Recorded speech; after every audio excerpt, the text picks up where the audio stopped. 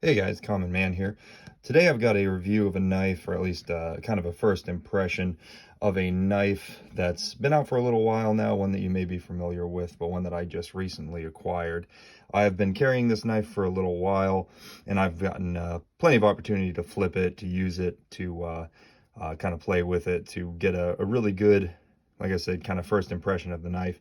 Now, this is not going to be a true unboxing. I have had this knife, full disclosure, this knife's been taken out of the package, it's been used and it's been carried, but I do want to show you everything that comes in the package, what you're going to get when you order it. So I did put it all back together as neatly as possible. So let's go ahead and dive in. So this is, as you can see, this is a Demko AD20.5, and I'll get to the details once we get out of the package. And have fun with this package because it's loosened up. I've opened it a couple of times, but initially it was a bear to get apart. What's really cool, I do like that it comes in this style package, because this is a package that usually cutting tools come in. So it's cutting bits for machining usually come in these kind of sleeves. So really cool. It just reminds you that this is a cutting tool. It's very much a tool, which I like. It's pretty cool. So you can see, first thing that I get here, you see a pocket clip included. I'll show you what that's for in just a second. And then you have, oh jeez, I dropped a knife. There you have the knife itself. It just comes in this little plastic baggie, nothing special, just something to keep it protected in the package itself. So here it is, the AD20.5. Let's get the package out of the way, kind of clean up the workspace here.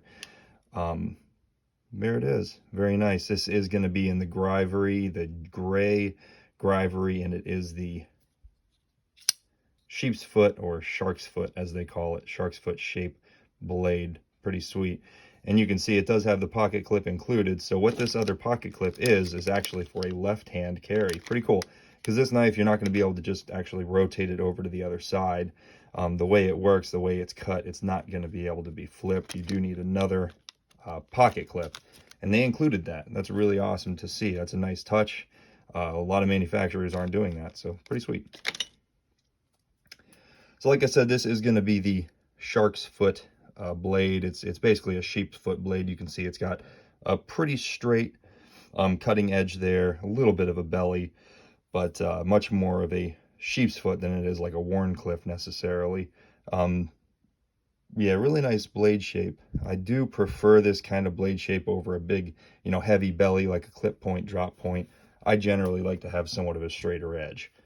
You can see I like the straight lines that are included. Very nice. It makes it look good. I like the cut in the blade here. It's kind of unique. It's not something that you normally see. It's not like it's a big circle and you think, oh, they just took that from Spyderco. No, it's actually pretty unique. I do like that.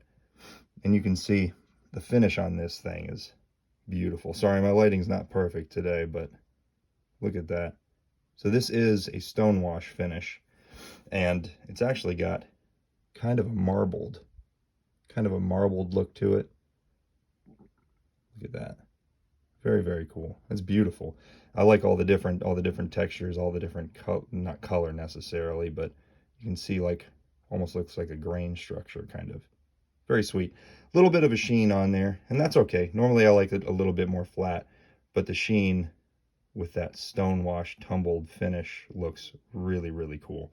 Now this is a pretty thin blade stock, and you can see the grind does come up pretty high. It's a flat grind. It's not a full flat grind. It does only come up, maybe about 3/4 up the blade, but it is extremely thin behind the edge. I mean, look at that.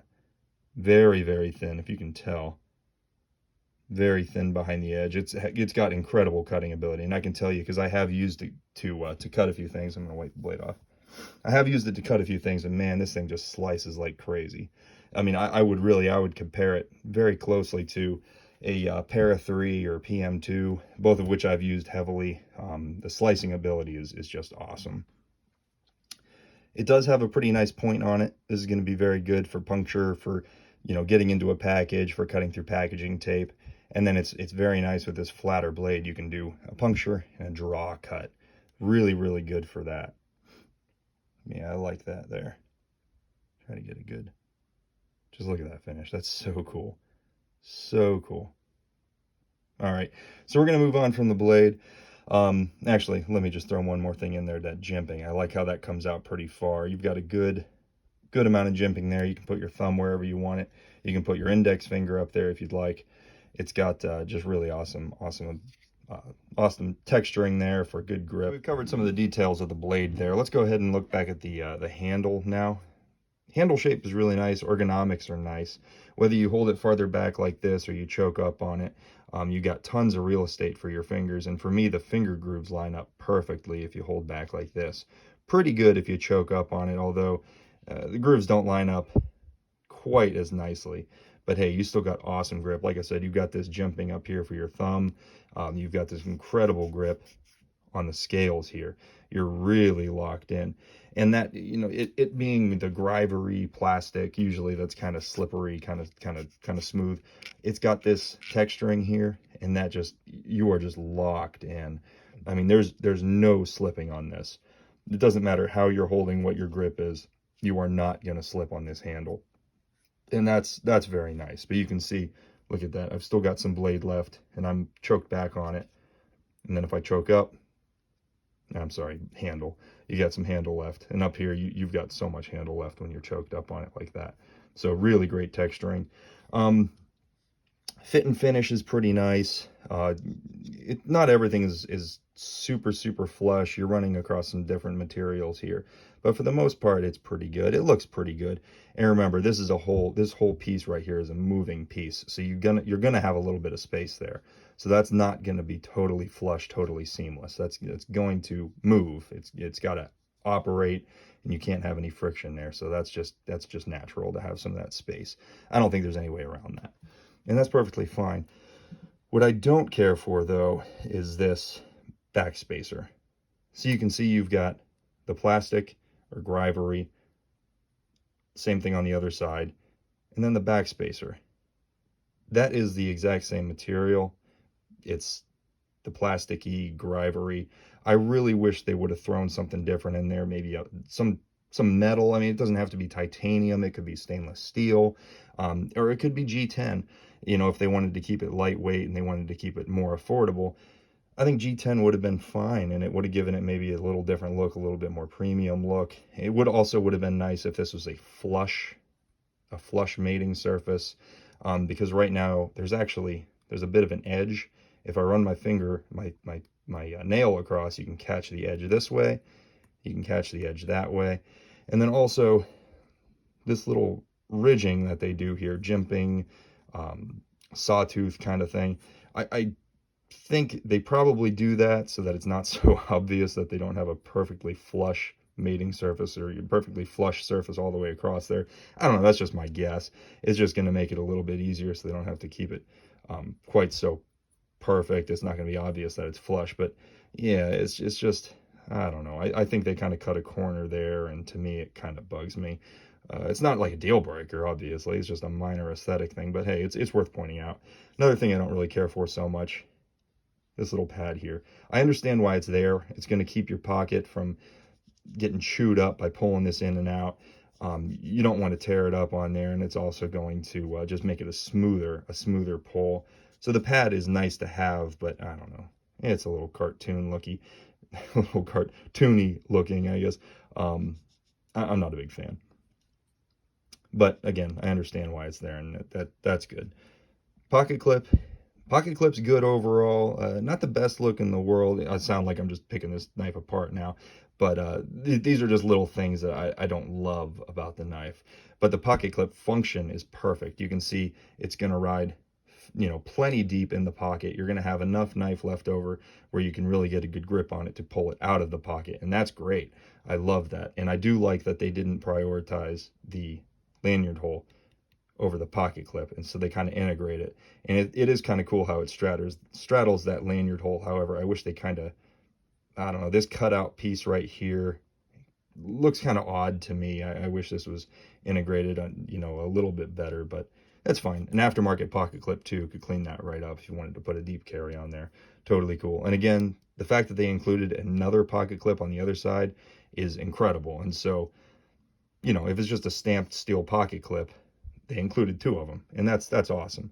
Now the pocket clip's got plenty of tension. you know, that's not going to pull out of your pocket accidentally. It's going to hold in there very tight. It's got a little bit of a kind of like a bill here, although I don't think it's enough where it's really going to catch on something and pull. And this probably isn't going to have the same issue that I've had with titanium clips, where if it gets pulled out, it just gets totally deformed. Usually these metal ones seem to spring back really nice. So that's great. I think that's going to be good. So we've covered the blade, we've covered the handle. Let's now talk about the pivot and the lock and the action. So the action is beautiful. I mean, that's just awesome. Whether you thumb stud, spidey flick, or just kind of ride it out with your thumb. I mean, this thing is just beautiful. And it's really, honestly, at this point, I haven't had this knife for very long, just a couple of weeks, a few weeks.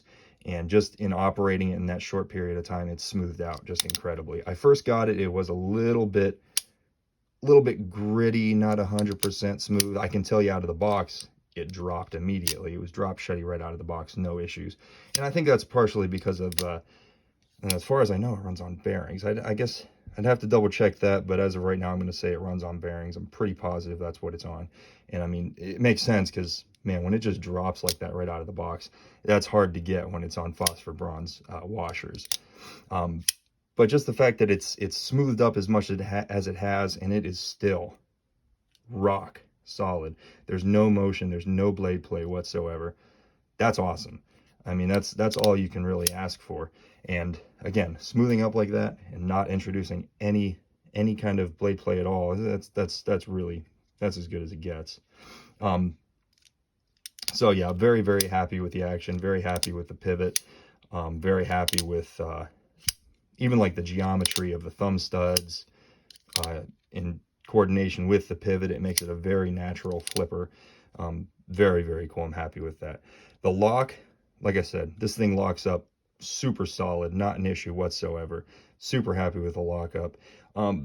This, however, this took some getting used to. It was pretty nice out of the box. It was fairly intuitive out of the box. The only thing that I kind of I guess there's a little bit of a learning curve was I didn't always want to pull the shark lock back all the way. I'd pull it back about halfway, and you can see I've got it about that far, and that feels like it'd be far enough, and it's not closing. You really got to pull it all the way back. So make sure when you get this knife, just commit. Just give it the beans, go all the way back. It's going to close on you as long as you do that. Another thing is, let's see, I'm trying to remember. I know I had something else. Oh yeah. The rattliness. It's a little bit rattly, and it seems to actually have, I don't know, maybe it's because I'm using it right. I'm not sure, but it seems like it was a little worse when I first started monkeying with it, when I first got it out of the package. But it's a little bit of a noisy knife. So, you know, if you're going to work in an office setting or in a place where you don't want to draw attention to the knife that you're carrying, this may not be the one for you. I mean, you can hear it's kind of noisy. I feel like my Spydercos, my Benchmades don't make quite as much noise. But then again, you know what? This thing, you flick it, it's just a natural thing. And yeah, maybe that just makes it a little bit noisy just because of, you know, you're playing with it. You're flicking it harder. You're closing it a little bit different, whatever. But just a consideration and something that I kind of noticed right out of the package. But yeah, I mean, overall, I'm very happy with this knife. Now let's go ahead and do a size comparison. Just take a look at up against a few other knives just so you can tell the size of this knife. So we'll go ahead and we'll lay that down there. And I'll grab kind of two size different knives so we can compare it up against it. First one's going to be the Spyderco Shaman, which I consider to be really a full-size knife. This is, in all honesty, this is a little bit too big for me to carry on a daily basis.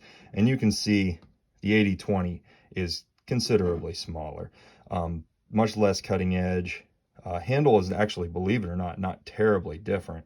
You've got almost as much real estate for your hand.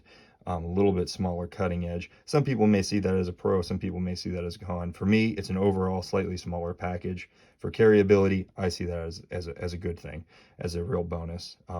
And this is actually a good opportunity to just note how thin the AD20 is.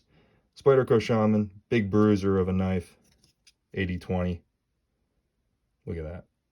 That's considerably thinner. Let's get that right up. There we go. Yeah, quite a bit thinner, guys. That's really nice. This is a very thin, very easily carryable knife. Put that back down there. Let's go ahead and compare it against one more. Classic pair of 3. I'm kind of under the impression that, you know, if a pair of 3 is the right size knife for you, the AD20 is going to work just fine. I think you're going to be very happy with the size of this knife if you like the pair of 3. And again, you know, the sliciness of the AD20 is pretty comparable to the pair of 3. You can see, you know, the grip size is pretty similar. The grip size on the pair of 3, you get a lot of grip for that knife. You get a lot of room for your hand. That's one thing I love about that knife so much. And you get the same thing with the AD20. Obviously, you got a little bit more ability for puncture and stabbing type cuts with a pair of 3. So you can see the difference in those blade shapes. So it's going to be a little bit different. It's going to cut a little different, feel a little different, but very similar. Let's go ahead and we can take a look at the thickness too while we're at it. And look at that. I mean, that AD20.5 is so thin. It's incredible. And I can tell you, I put this thing in my pocket and man, it does. It just absolutely disappears in your pocket. You hardly even know you're carrying it. So my overall impressions of the knife is I love it. I really, really love it. There's a few little things that I think could be better. But overall, I mean, I would highly recommend it. For the price, I will say though, I would like to see one of 2 things if possible. Maybe if they're, you know, if they're listening. I doubt they're listening to me, but something that I wish they would consider is for the price, $149, $159, right about what these things are going for. I would love to see either maybe a slightly better blade steel. You've got the AUS 10A, which is, my understanding is it's a pretty good blade steel, but I don't think it's really going to stand up to like an S30V in edge retention. And that's one of the big things for me, edge retention. Sharpen, you know, ease of sharpening is important and stuff, but you know, I do want a knife that's going to hold an edge for a good long time. And I think that for this price, it would be nice to get something that would be a little bit better, like an S30V, S30, S35. Or if not the blade steel, an upgraded blade steel, then maybe G10 handles. So like I said, one of the 2, either a slightly better blade steel or G10 handles. And I think this would just be absolute you know, they would absolutely knock it out of the park. The way it is though, I'm very happy. I would highly recommend the knife. I would certainly buy these things while they're available. I don't know what availability is going to be like, but definitely recommend. All right, guys. Well, if you liked the video, please feel free to hit the like button. If you have any comments, go ahead and drop those down below. And if you'd like to see more of my videos, please consider subscribing. All right. Take care.